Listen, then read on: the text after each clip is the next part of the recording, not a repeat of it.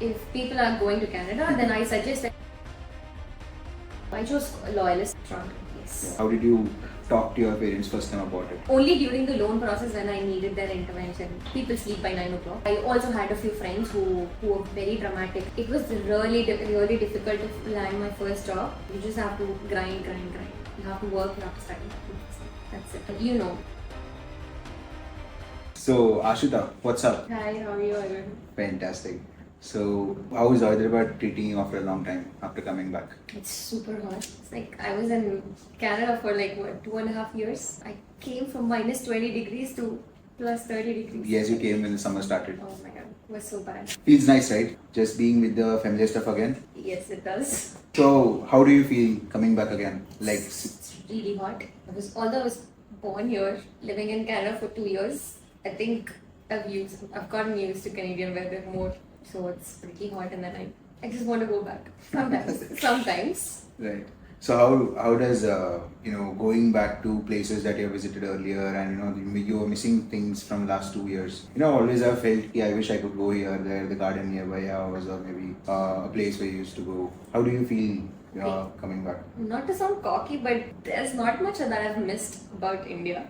Except the food, because I used to dream about eating pani puri or halim for Ramzan season. So other than the food, there's not many places much to miss about. Okay.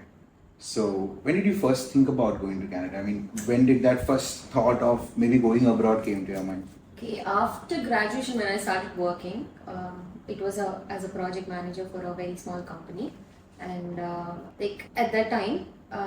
I was speaking to a few friends of mine that have moved to Canada, US, and Australia. They were pretty much doing the same job, but they were earning 4 times more than what I was. So that's when I started thinking about going abroad, and along the way, just thought this is the right time. Like, if not now, then never. Did you ever dream about this when you were in school? Oh, never. I always wanted to stay in India. But you would have watched videos, Hollywood films, and I did watch Hollywood films and the TV shows. It was fun, but I never really wanted to go abroad. Like, it was purely money aspect that motivated me to go abroad. So how was the first thought about, when you first thought about going to Canada, what did you first think of? Where should I go? How should I start? How can I talk to my parents? Just start with that. How did you talk to your parents first time about it? And then how did you first think about Canada? Why did you go ahead with Canada? Yeah, Canada was never really my option. UK was my first option. I wanted to do a master's in business administration, MBA. How come you switched to Canada?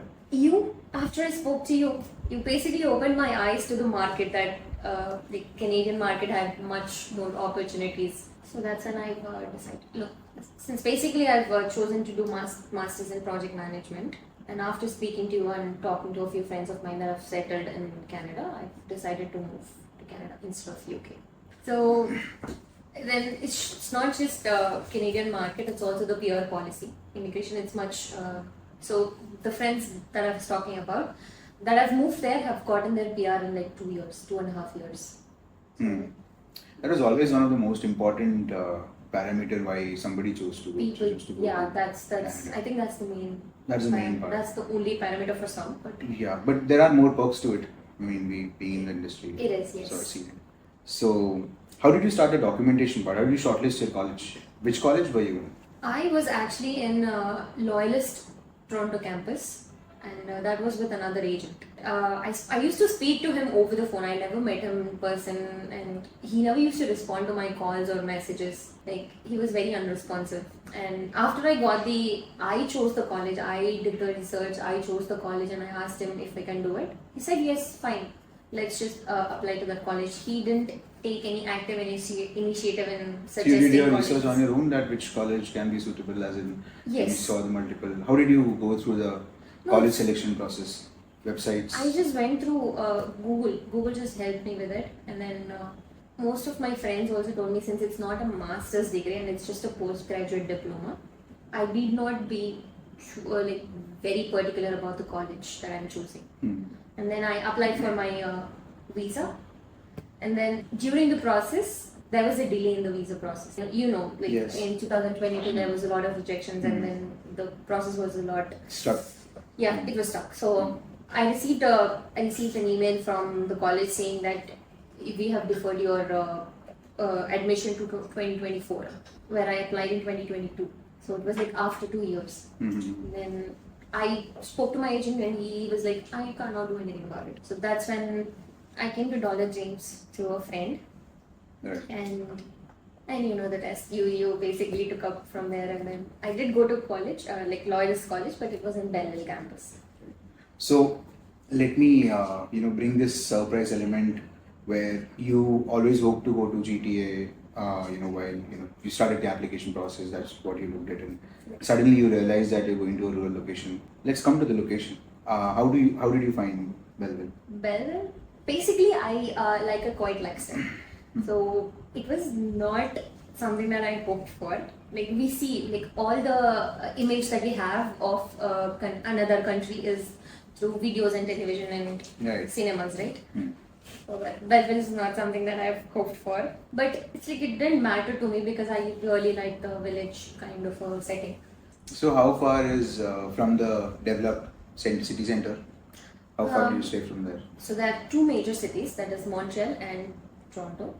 And Belleville was situated in the middle, like either whichever way you On go, the it's like Quebec border. 2.5 hours. That's it. Okay. From Belleville to Montreal or from Belleville to Toronto. So while your first year, did you go to any nearby locations for maybe a vacation or an adventure trip?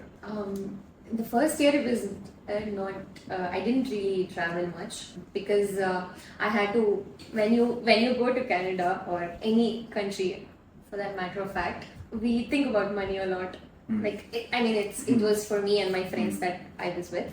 It was money, so we worked as much as we could, and we had a policy that the policy came out that we could work more than 20 hours. Right. So we thought we should make use of it, and I just like worked, and did nothing much, not much of travel anywhere. Work. So I think a lot of our visitors would be excited to know if you work, like if you decide to work for 40 hours, if you get to work for 20 hours, will you be able to survive with the cost of living that was at that point of time, or maybe even now when you have lived there? And so what I mean to say is, if the cost of living is, say, if you're not living in a shared apartment, or maybe if you have your own single room, would a student be able to manage the cost of living if he's working for 20 to 40 hours while he's studying? For 40 hours, yes, they can. See, if you're working for 20 hours and if you're living in cities like in like cities like Toronto or Calgary, Alberta, it might be really difficult because the cost of living is really expensive there, and 20 hours of work is not going to be enough, Okay. honestly. But if you're living in cities in places like Belleville or Montreal, for that matter of fact, it's not that difficult because Montreal, although it's a city, the cost of living is comparatively lower side, I would say. So practically speaking, Canada government had at that time, when you went at that period of time, there was a GIC, Guaranteed Certificate Program, which student use if they want to file in SDS, then they had to deposit a GIC, right? Yes. So do you think that GIC money helps students at that point of time?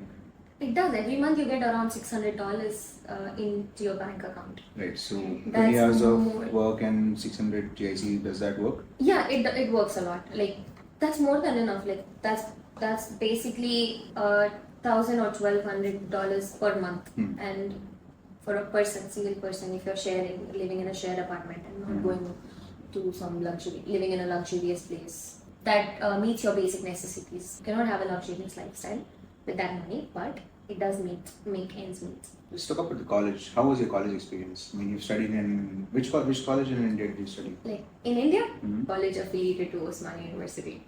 Okay. And how was it different? I think most of the Indian students would agree that graduated during my time is you just had to read from the textbook or from the class notes, and then that would be enough. You just had to. It was more like a theoretical examination. People tested you more on theory part and not the practical application of your knowledge. But after moving to Canada, the plagiarism thing or the practical usage, it's more technologically intensive. So you had website, everything was on a website. you need to know what you're accessing. You need to know where to go to access sources. Although you get a lot of help from your college, but it's technologically intensive and it's very practical. So you need to make up your mind. You cannot just go there, read the text. You cannot just hope to read a textbook and then pass your exams. That's not going to work at all. So you had assignments and projects, right? Yeah, Mostly. a lot. There was only assignments and projects. There were no written exams for most of the subjects. Whereas again, any technical subjects like accounting, there were written exams. It's not much of a. So there were group assignments as well and single assignments as well, right? Yeah. Most of it was like 85 to 90% of it was group assignment, and people or professors expect you to be equipped with enough skills to work in a group, to work in a cohort or something. And if you cannot find a group, that's your problem. So basically, it's up to you, like how you deal with it. So there's a lot of learning on your own that goes on. There's no hand holding and spoon feeding there. So, the first year, Loyalist College. How was the college experience? How was the infrastructure? How was the experience of college? Sorry to cut you. So, Loyalist Toronto, it's just a small campus that is set up in GTA. Mississauga, right? Yeah, but the Belleville campus was the main campus, and it was really huge. Okay. And I love reading books. And we had like a very huge library, very big. The colleges here, I had libraries, but I never went to those colleges. So all I've seen was like a single room with like 4 or 5 shelves with books and all. But the library that I had there was amazing.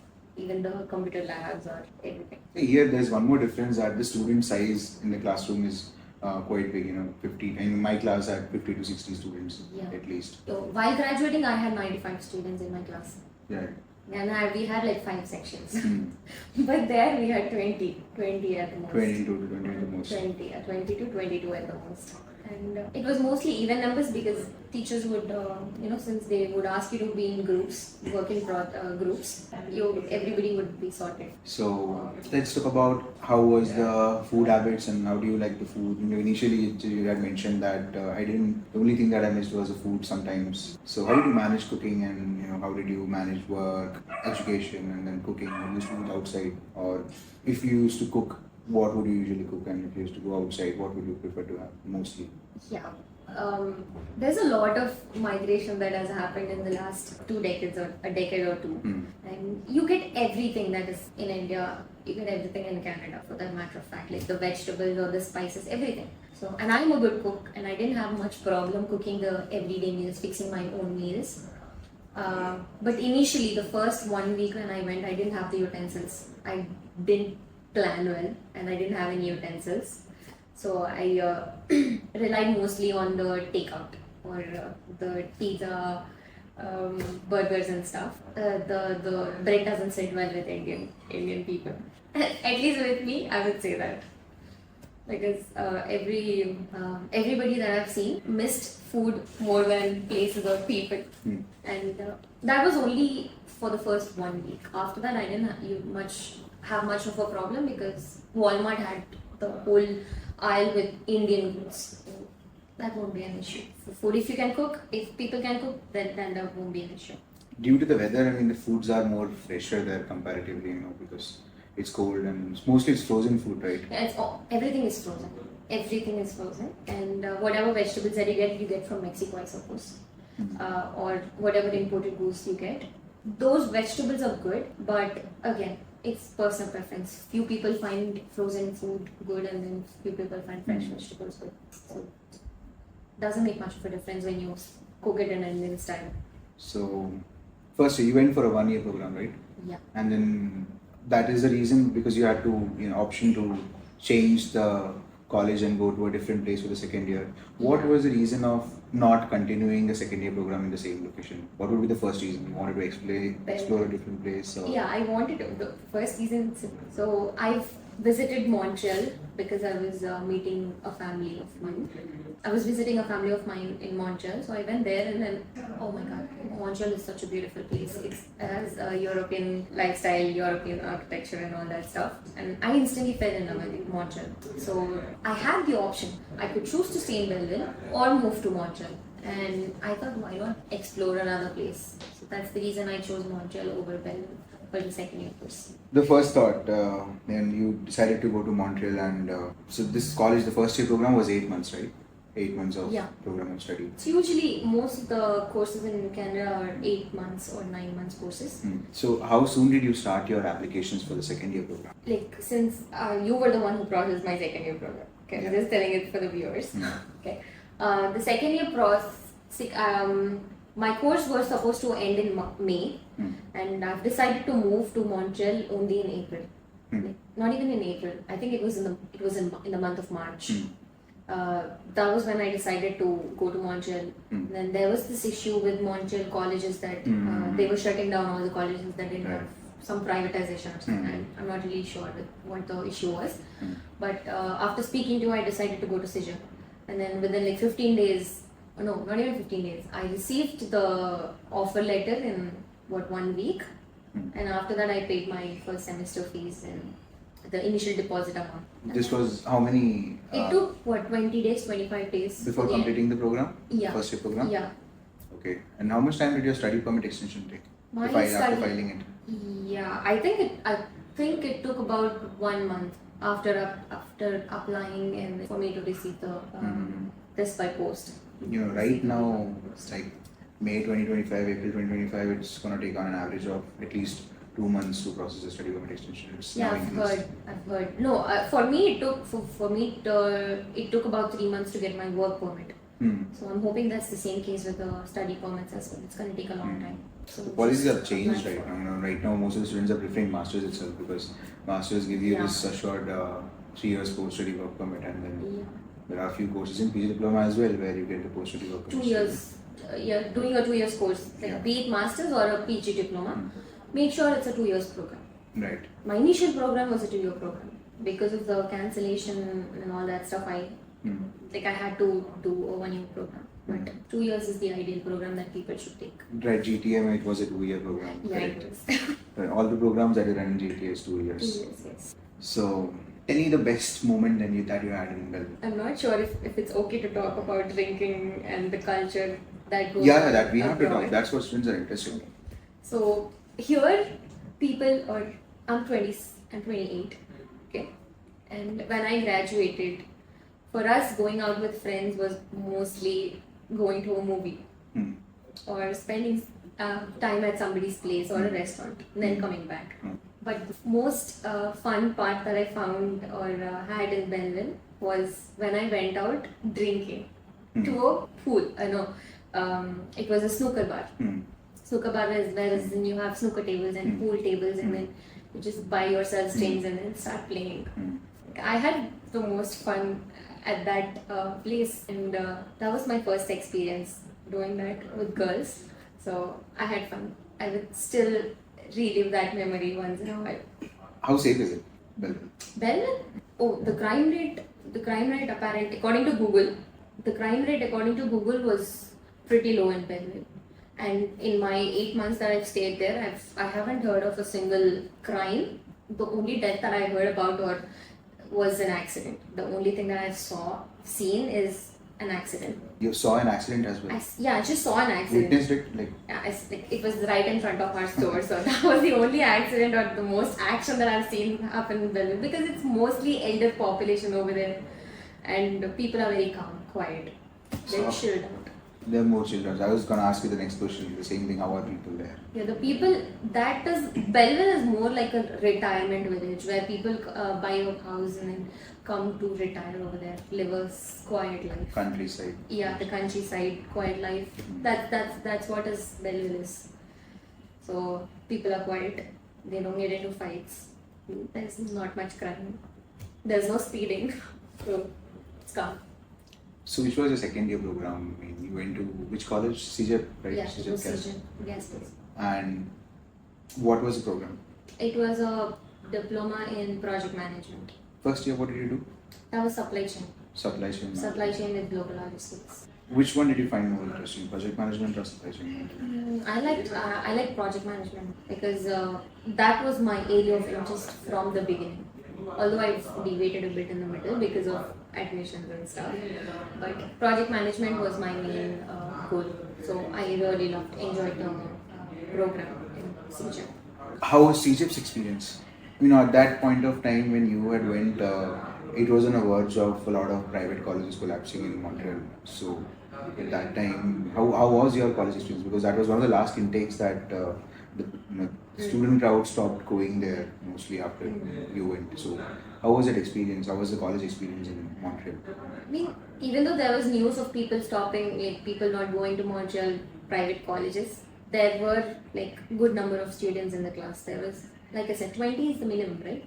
And we had 20 students in the class, and faculty, like to draw comparisons between Loyalist and CJIP, there was not much of a difference between The education quality. yeah, the education quality. The only difference that is very evident and is glaring in your face is everybody was bilingual. Since Montreal is a French colony, French colony, everybody was bilingual, and we had professor who would just jump into a monologue of French, and then only after a while he would realize that he's actually speaking in French and not in English. So we had those instances, and then they would just throw French words at you in the middle, like during the session, and then they would correct themselves. It was funny and it was interactive. I'm not saying it as a negative thing or anything. Just saying that's the glaring difference that you find from professors in Loyalist and Montreal. Other than that, Loyalist College looks more like a college, and it had like big campus. It's a main campus. Yeah, it was a main campus and all. But in Montreal, the CJIP College was just a building like right above the metro station. It was like classroom, like it was a college with like 2 floors and 10 classrooms at the most. Yeah, we just had to go to the college for like 3 days a week and stay there for like 4 or 5 hours. That's it, done with it. There was nothing else to do in the college. But in Loyalist it was not like that. Even if you went to the library or the just meet your friends or play in the ground, that's fun. Like you could be there the entire day, but it was not the same as CJIP. So you're in a place where it's very famous for its heritage and a lot of beautiful architecture. Famous for poutine. So I don't even know what it is. What is it, poutine? Poutine is like a French dish. Like, not to diss the entire Canadian cuisine or anything, but people, if you talk about Indian cuisine, you have a lot of things to talk about, like biryani or pav bhaji, vada pav. Like from every place has its own like stuff, right? To talk about. But if you go to Canada and if you want to talk about the cuisine, the only thing that people can talk about is maple syrup or poutine. So basically, poutine is French fries with cheese curds and gravy. Okay. And that takes a little getting used to for you to like it. Yeah, poutine is Montreal is famous for poutine. So which all locations did you go nearby Montreal? Montreal, I visited Quebec City. Like I said, I'm very money minded. I didn't travel much because it was such a waste of time and money. Also, I always thought that I would save the traveling and going out and adventure trips for after I get the job, after post graduation. So I never really had much of a chance to go around. But Quebec City was a place that I visited, and it was beautiful. It's like you get to see it's not something that you go again and again. It's just that it's a one-time visit. It's a city of one-time visit. And it's just the architecture and the beauty of it.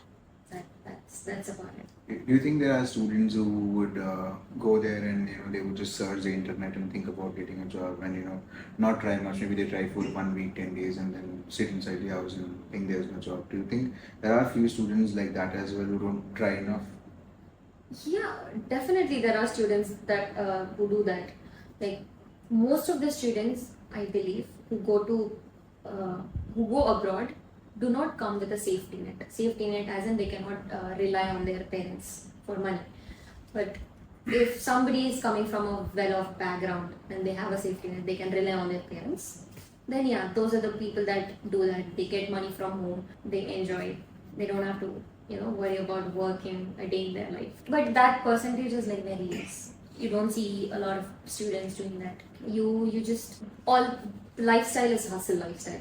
If you once go abroad, you fall into it. There's no escaping from it. Mm. So you just have to grind. You have to work, you have to study. That's it.